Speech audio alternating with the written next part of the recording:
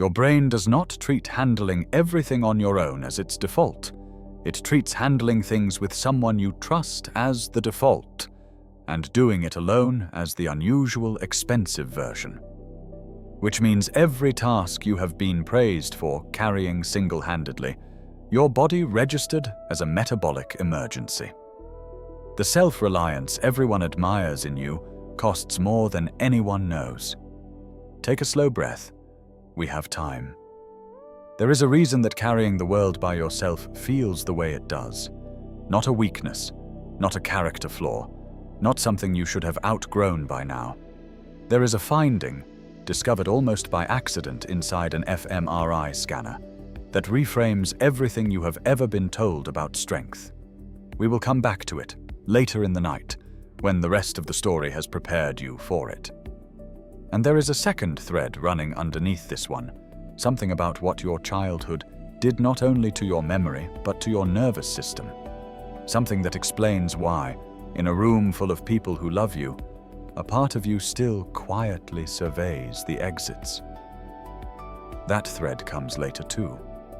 For now, just the beginning.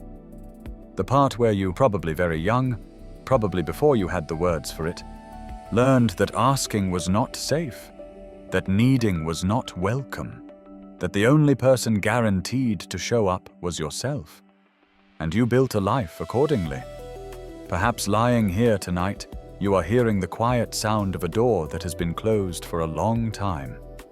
We are going to open it gently. There is a story that modern life tells about people like you.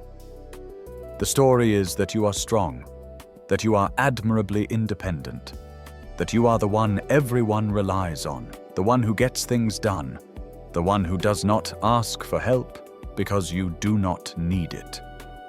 The story congratulates you. It puts you on a pedestal. It calls your exhaustion work ethic, and your emotional distance, boundaries, and your inability to rest ambition. The story is wrong. Not entirely. You really are capable. But it has mistaken the scar for the skin. The research has been saying something different for a long time. A certain kind of self-reliance. The kind that feels non-optional. The kind that makes asking for help feel physically dangerous. The kind that wins admiration and quietly ruins lives. Looks like strong character from the outside. From the inside, it is the shape a child takes when the adults in the room cannot be leaned on.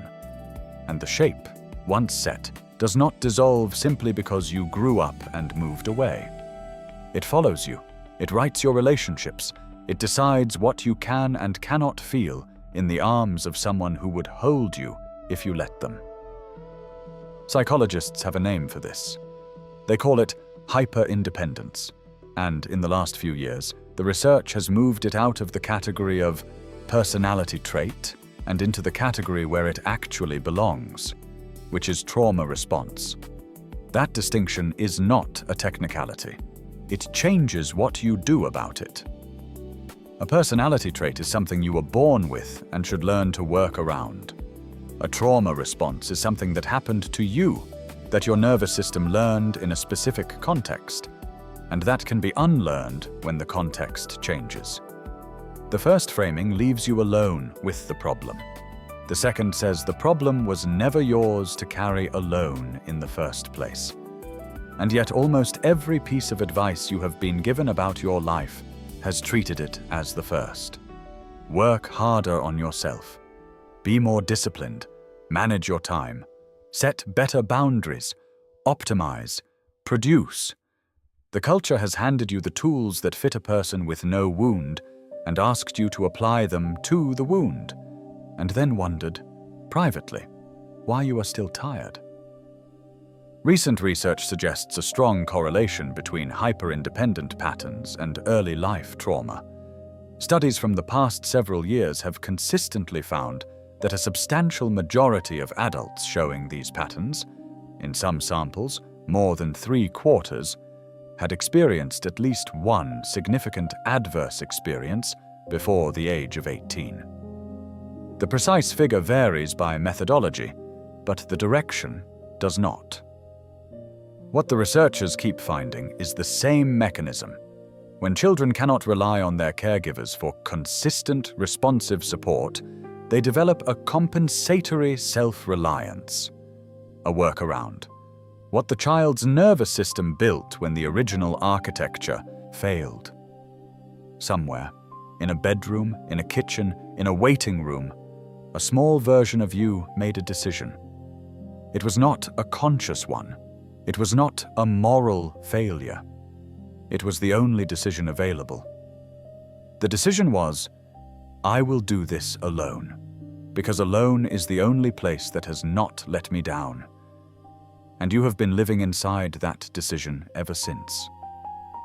But to understand why it runs so deep, why it resists even the kindest, most patient attempts at closeness, we have to go back to the beginning, to the moment the pattern was set, to understand what happened in that small version of you, the one who went quiet instead of asking.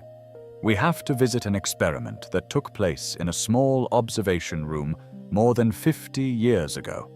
It is the experiment that opened the door on everything we now know about how humans learn to love, or fail to. In 1969, a developmental psychologist named Mary Ainsworth designed it. She called it the strange situation. A mother and her infant would enter a small observation room. Toys, bright lights. Then, following a script, the mother would leave. A stranger would enter. The mother would return. Leave again. Return again. What Ainsworth was watching for was not the child's reaction to the stranger. It was the child's reaction to the mother's return. Most infants did something recognizable. They cried when she left. They ran to her when she came back. They let themselves be picked up, soothed, settled. Ainsworth called this secure attachment. But there was another group of infants, a group that did not cry when the mother left, a group that, when the mother came back, looked at the toys instead. They did not run. They did not cling. They appeared to the casual observer to be the most self-sufficient babies in the room. There were other patterns in that room too. Other children who had learned different lessons, who had built different survival strategies with the materials they were given. Each pattern has its own long life afterward, its own shape in adulthood, its own kind of cost. We will come to some of them on other nights. Tonight is about this one. You may recognize that child. You may have been that child. For years, this pattern was misread. Some observers thought these children were simply more independent than the rest, more well-adjusted, better at handling separation. Easier babies, probably. Future leaders. Here is what the science has since shown. When researchers began measuring cortisol, the stress hormone, in these apparently calm children, something unexpected emerged. Their bodies were not calm at all. Work by developmental psychologists Alan Sroufe and Everett Waters in the late 1970s, along with later replications using salivary cortisol and heart rate monitoring, found that the avoidant infants showed physiological stress responses as pronounced as, and in some cases greater than, the children who cried openly. Their heart rates were elevated during the separation. Their cortisol was high. Their stress axis was firing at full volume. They simply were not showing it. They had learned, before they could speak, that showing did not work, that crying did not bring comfort, that reaching out did not yield arms. And so they had made, in their small bodies, the earliest adaptation of their lives. They had severed the visible signal from the internal signal. They had learned to suffer quietly because loud suffering did not help. Sit with that for a moment. A child, not yet 1 year old, has already done the developmental math, has already figured out that certain distress signals produce nothing, has already started to run a different protocol, smaller, quieter, more internal, because the louder version was ineffective. The avoidant infant in the strange situation is not easygoing. That infant is the earliest, smallest version of the person who will one day, with perfect composure, tell everyone around them that they are fine. On the other side of that same observation room, there was a different group of children. The ones who cried hardest, who clung tightest, who could not settle even once their mothers came back. A love in a different shape. A cost in a different shape. Their story is for another night, for this one. Stay with the quiet child, because the quiet child is you. This is where hyper-independence begins, not in the adult who refuses to ask for help, in the infant who has already, silently, stopped asking. Which means, and this is the part that matters most for you, if you are recognizing yourself in any of this, the pattern you have been fighting in adulthood was encoded long before you had a vocabulary for it. It is older than your relationships, older than your failed attempts at vulnerability, older than the therapy you have or have not tried. It is as old as your earliest memories, and older than those too. The self-reliance you have relied on to survive was installed before you had a choice, and something about that, when you let it land, might already feel like relief. To understand why the door closed, why specifically you became the child who stopped reaching, we have to spend a moment with the caregiver, not to blame, not to forgive, just to see. If this is your experience, and you will know if it is, then the adult in your childhood was not necessarily cruel. In some cases they were, but often they were simply unavailable, exhausted, depressed, carrying their own unhealed weight, working 3 jobs, managing a sibling's crisis, numbing with substances, grieving something they could not name, present in the house but absent in the room. The technical term for the pattern you grew up inside is emotional neglect, and it is the most under-recognized form of childhood adversity precisely because it is made of what did not happen, not what did. There was no dramatic moment, no single rupture you can point to, just 1,000 small moments of needing something and not getting it, of reaching and finding air, of wanting to be seen and being looked past, until your nervous system drew the obvious conclusion. And the conclusion was not something is wrong with them.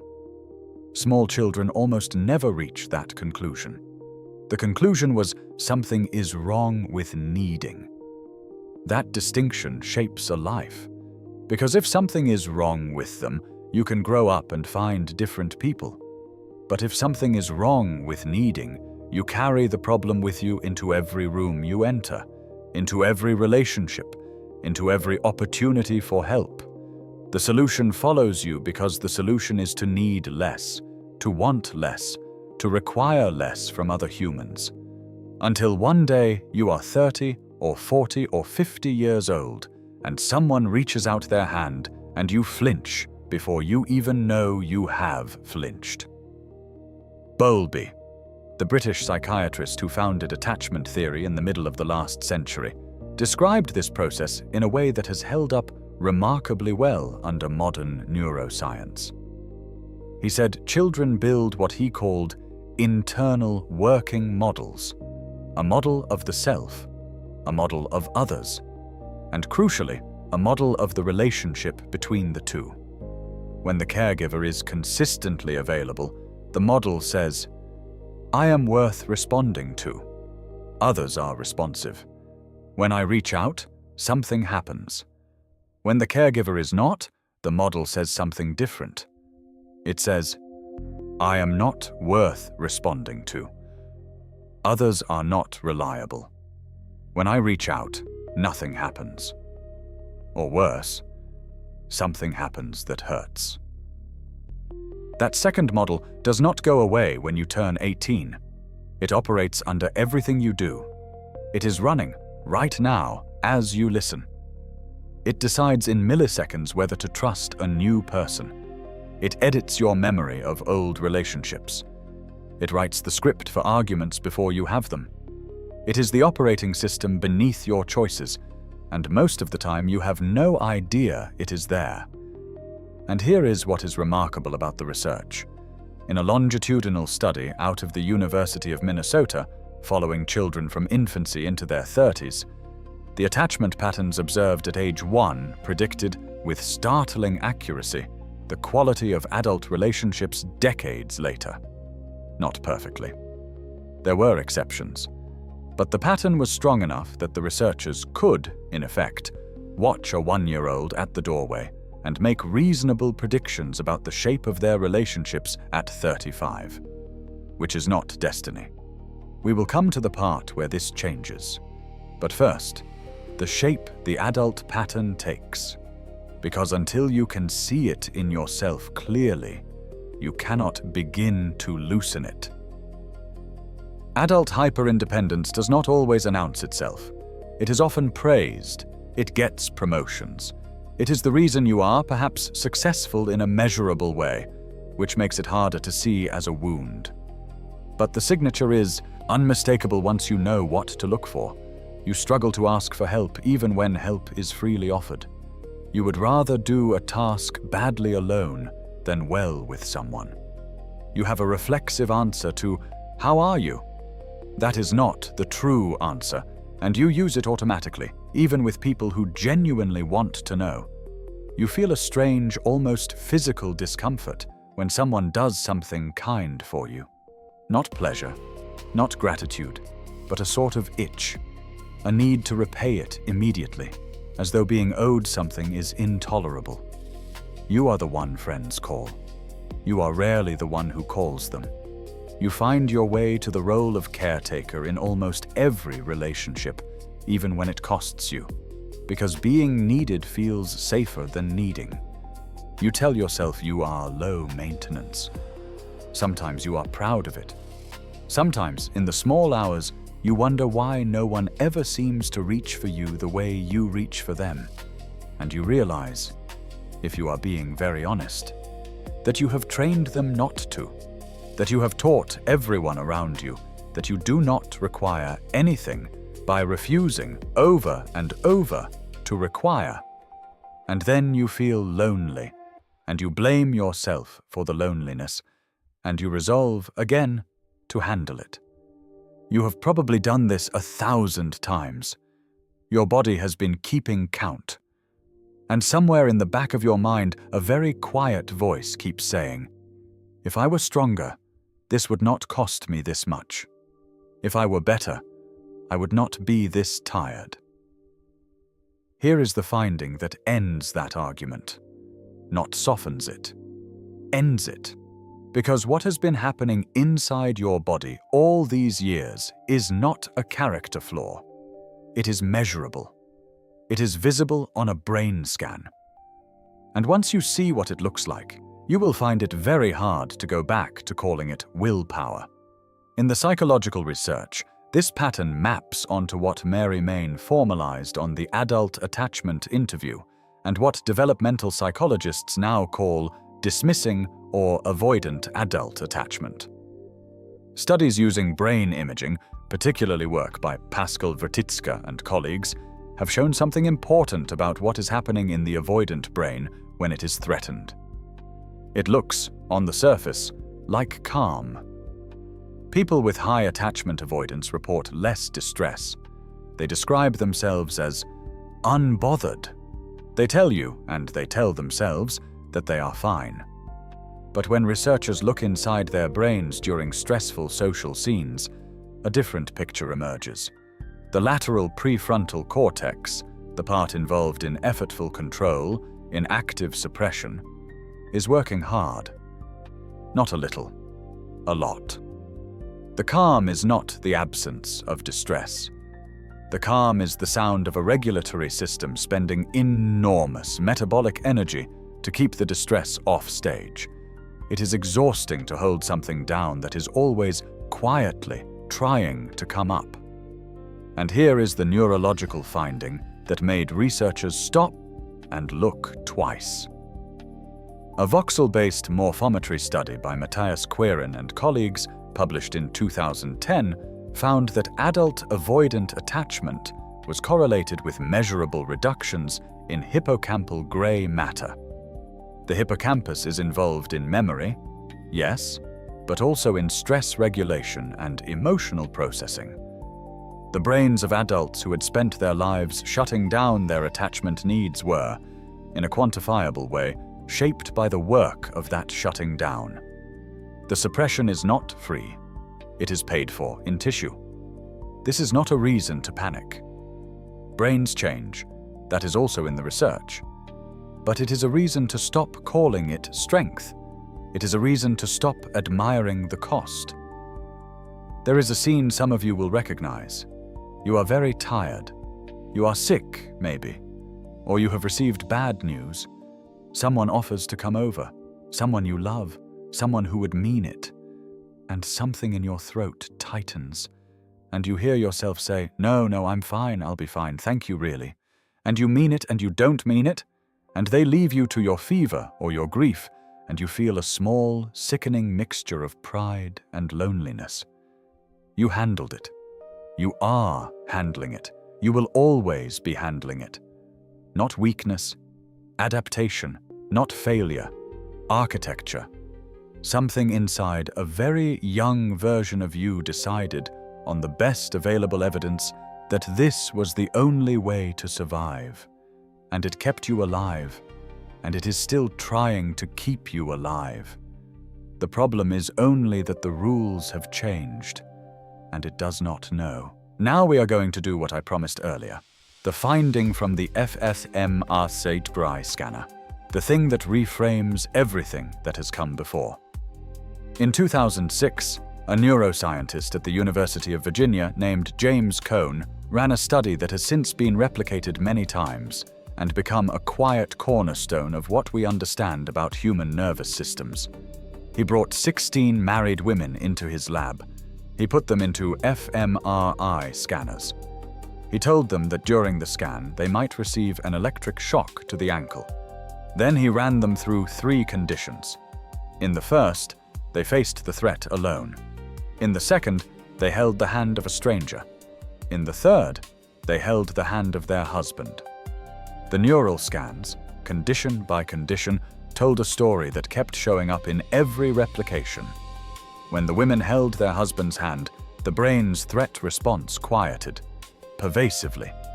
The regions associated with emotional distress, vigilance, and behavioral threat, the hypothalamus, the ventral anterior cingulate, the insula, all showed reduced activation.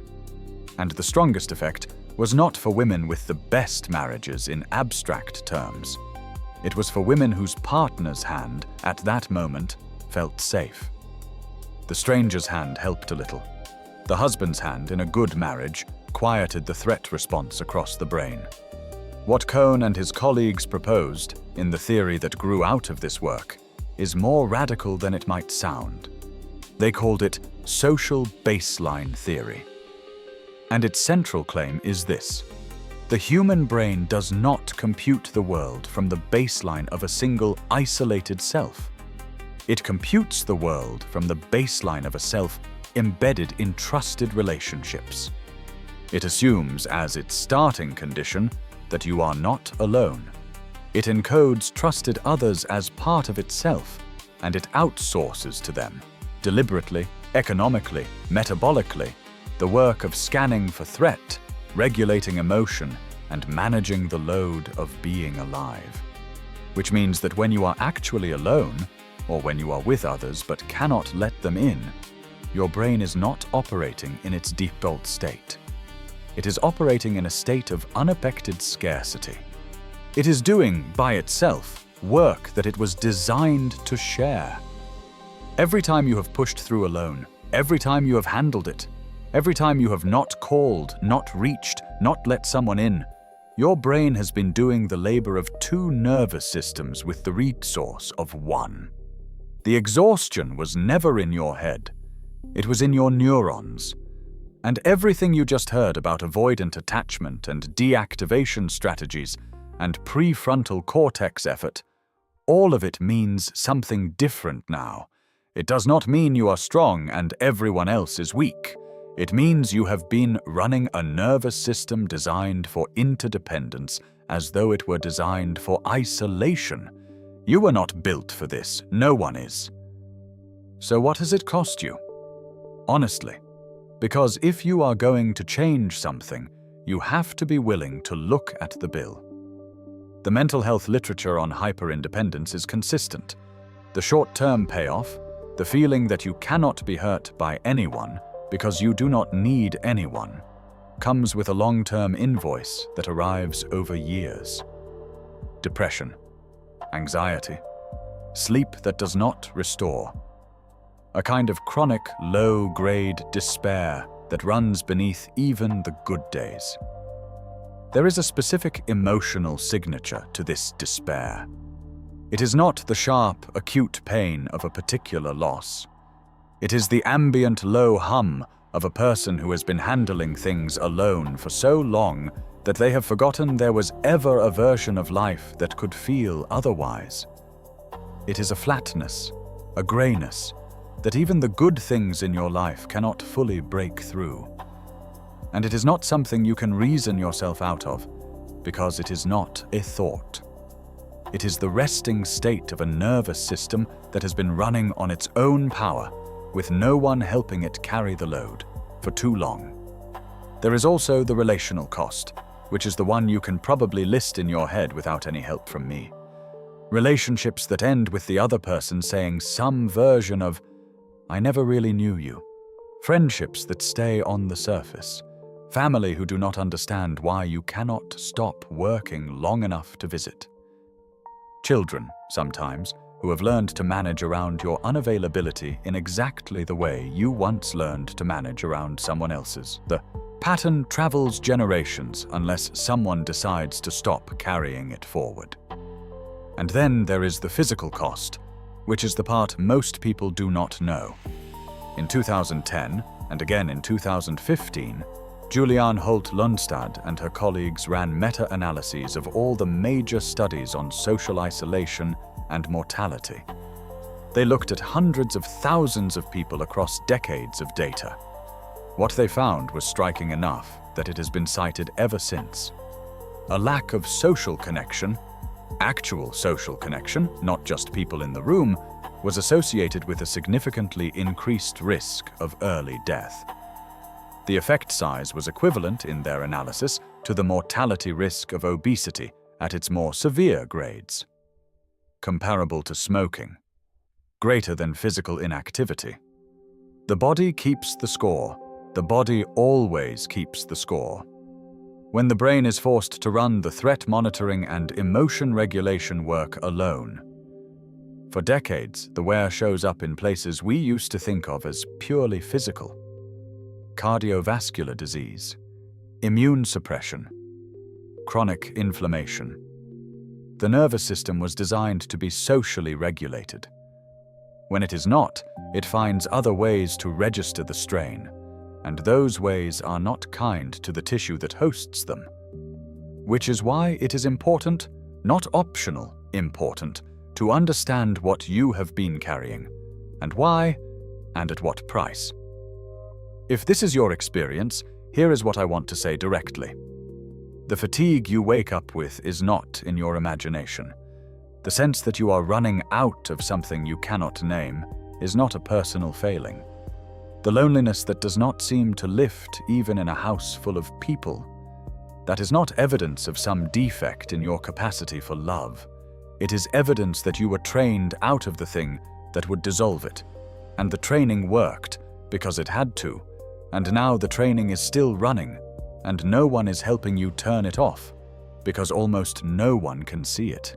You can see it now. That changes the terms. There is a particular shape your adult life has almost certainly taken. Let us look at it gently for a moment, so you know I am talking about you. You are often busy. You have at some point been called driven, or focused, or independent, in a way that felt like a compliment and also like a box. You perform at a high level under pressure. You are the one people come to when things are falling apart. You like to be the one people come to. You would also sometimes like to be the one who gets to fall apart. But that is not a role you have ever practiced, and it makes you uncomfortable to imagine. In relationships, you are often the competent one, the one with the plan, the one who remembers the passport, makes the appointment, calls the plumber. When a partner tries to offer support, you accept it politely. But something in you holds them at a precise distance, and after they leave, you do the thing yourself anyway, the way you meant to all along. When you are stressed, you withdraw. You do not call. You do not reach. You go into a room, close the door, and wait for it to pass. If someone knocks, a partner, a friend, a sibling, you say, "I'm fine," through the door, because letting them in feels worse than the stress. Later you will be annoyed they did not try harder. You have a complicated relationship with sleep. Sometimes you cannot get enough. Sometimes you cannot stop yourself from working late, because stopping means feeling. And feeling is not a skill you were given practice in. Your body is often tired in a way that sleep does not fix. You tell people, if they ask, that you had a fine childhood. You say it was normal. You might even mean it. But if someone you trust asks you to describe a specific moment when you felt seen as a child, really seen, not praised, not fed, not photographed, but known, you may find it surprisingly hard to produce one. That difficulty is information. You do not have memories of being comforted specifically. You have memories of handling things. You have a lot of those. You may even be proud of some of them. The 8-year-old who made their own lunch. The 10-year-old who knew how the laundry worked. The 12-year-old who was, everyone said, wise beyond their years. That wisdom had a specific origin. You were drafted into it because the room required someone to be the adult, and no one else was going to be. And a very old part of you is still, quietly, waiting for someone, or to notice how heavy that was. You are not broken. You are not cold. You are not incapable of love. You are someone whose attachment system was asked to close down very early, and who closed it down completely, and who has been living inside that closure for a long time. The closure kept you safe. It also kept you alone. Both things are true at once, and the holding of both is the beginning of the way out. I told you earlier there was a finding about recovery. It lands now, and it might be the most counterintuitive thing in the whole night. The way out of hyper-independence is not more skills. It is not a new system. It is not a better plan. It is not, despite what the self-help industry sometimes suggests, learning to need less, or set better boundaries, or optimize your morning. All of those things may be useful. None of them is the work.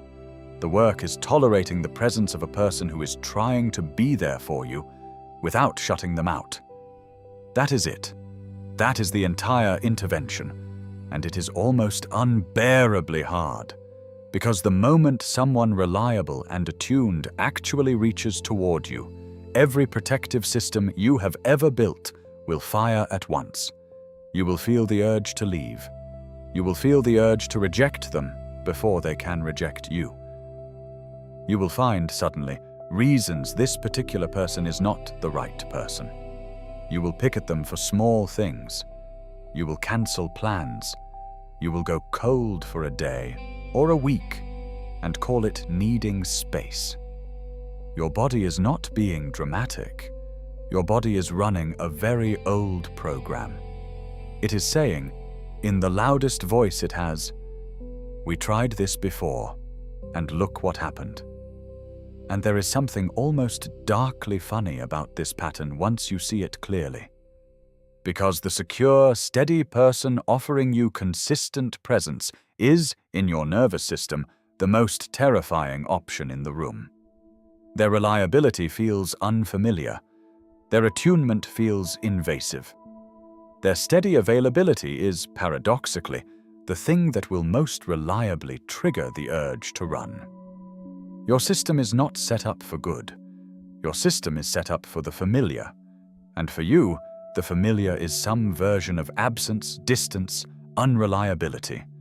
Or its opposite, the enmeshment of someone who needed you to parent them. Neither of those is what a secure partner feels like, which is why, when you finally meet one, you often think there is something wrong with the relationship, something missing, a lack of chemistry, a lack of intensity. That lack of intensity is the sound of safety. You are just not used to the frequency. What the research on what attachment scholars call earned security has shown, and the longitudinal work by Roisman and others has built on this, is that this program can be updated. Not overwritten. Updated. Through a different kind of experience than the one that created it. An experience of another person being consistently, reliably, unimpressively present. Over time. Through ruptures. Through the withdrawal. Through the testing. Through the small, repeated offering of an open hand that does not close when you flinch from it. This can happen in therapy. A trained therapist who engages the attachment level, not just the cognitive level, not just behavioral change, can function as what researchers call a secure base. The therapeutic relationship becomes, over time, an experience your nervous system has not had before. The therapist shows up, keeps showing up, does not retaliate when you withdraw, does not flood you when you open, stays. It can also happen over years in a partnership with a securely attached person who does not take your protective distance personally, who understands, in their bones, that your withdrawal is not rejection, who holds the relationship steady while you learn, millimeter by millimeter, that you do not have to do this alone. It is not fast. The research is clear on that. Earned security is measured in years, not weeks. And it does not erase the old pattern. What it does is give you a competing pattern. A second response, slowly becoming available, that you can reach for when the old one fires. You still feel the urge to close the door. But sometimes, not always, but sometimes, you do not close it. You leave it open. You let someone in. And when they come in and do not break anything, your nervous system records it.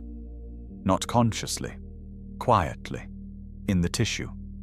That is the whole healing. It looks like almost nothing. From the outside, it is almost everything. And if you want to know where to begin, and this is not advice, it is only a quiet suggestion from one nervous system to another. It probably begins with someone already there. Someone who has been offering you a hand, steadily, quietly, not making a show of it. Someone you have been keeping at the careful distance you have kept everyone. You do not have to change overnight, not dramatically, just a centimeter. That is how the rewiring begins. And the hardest and gentlest thing I can tell you tonight is that the people who grow this capacity, the ones the research calls earned secure, do not arrive there by becoming different people. They arrive by becoming people who allow themselves increasingly to be known. You are already the person who could do this. You are only still the person who was taught not to. So picture yourself again. At the end of a long day, the dishes are still there. The bills are still there. Someone you love is in the other room, or on the other end of a phone, or waiting for you to call back tomorrow. The capability was never the problem. The capability was what you built when you were small, because the people who should have helped you carry things had their hands full with something else. It got you here. It is the reason you are still standing. There is nothing to apologize for, but you do not have to keep proving it. Not tonight, not tomorrow, not to anyone. The strength in you is real. The strength was never what they praised, though. What they praised was the loneliness that wore it. They are not the same thing, and once you learn to tell the difference, you can keep one and put the other down. If this is landing, if any of this has felt like someone is naming a shape you have carried alone for years, subscribe to the channel. It is a small action, and it helps other people who are carrying this same shape find their way to these words. For now, just rest. The body that has carried this for you has earned the rest. The shoulders that have held this weight for decades can set it down, here, for the length of a night. No one is going to ask you to pick it up before morning. Let the room be quiet. Let the dark be soft. Let your hand heavy against the sheet remember what it is like to not be holding anything. You were never meant to do all of this alone, and you do not have to start tonight with everything. You only have to start with this one small permission: to let go.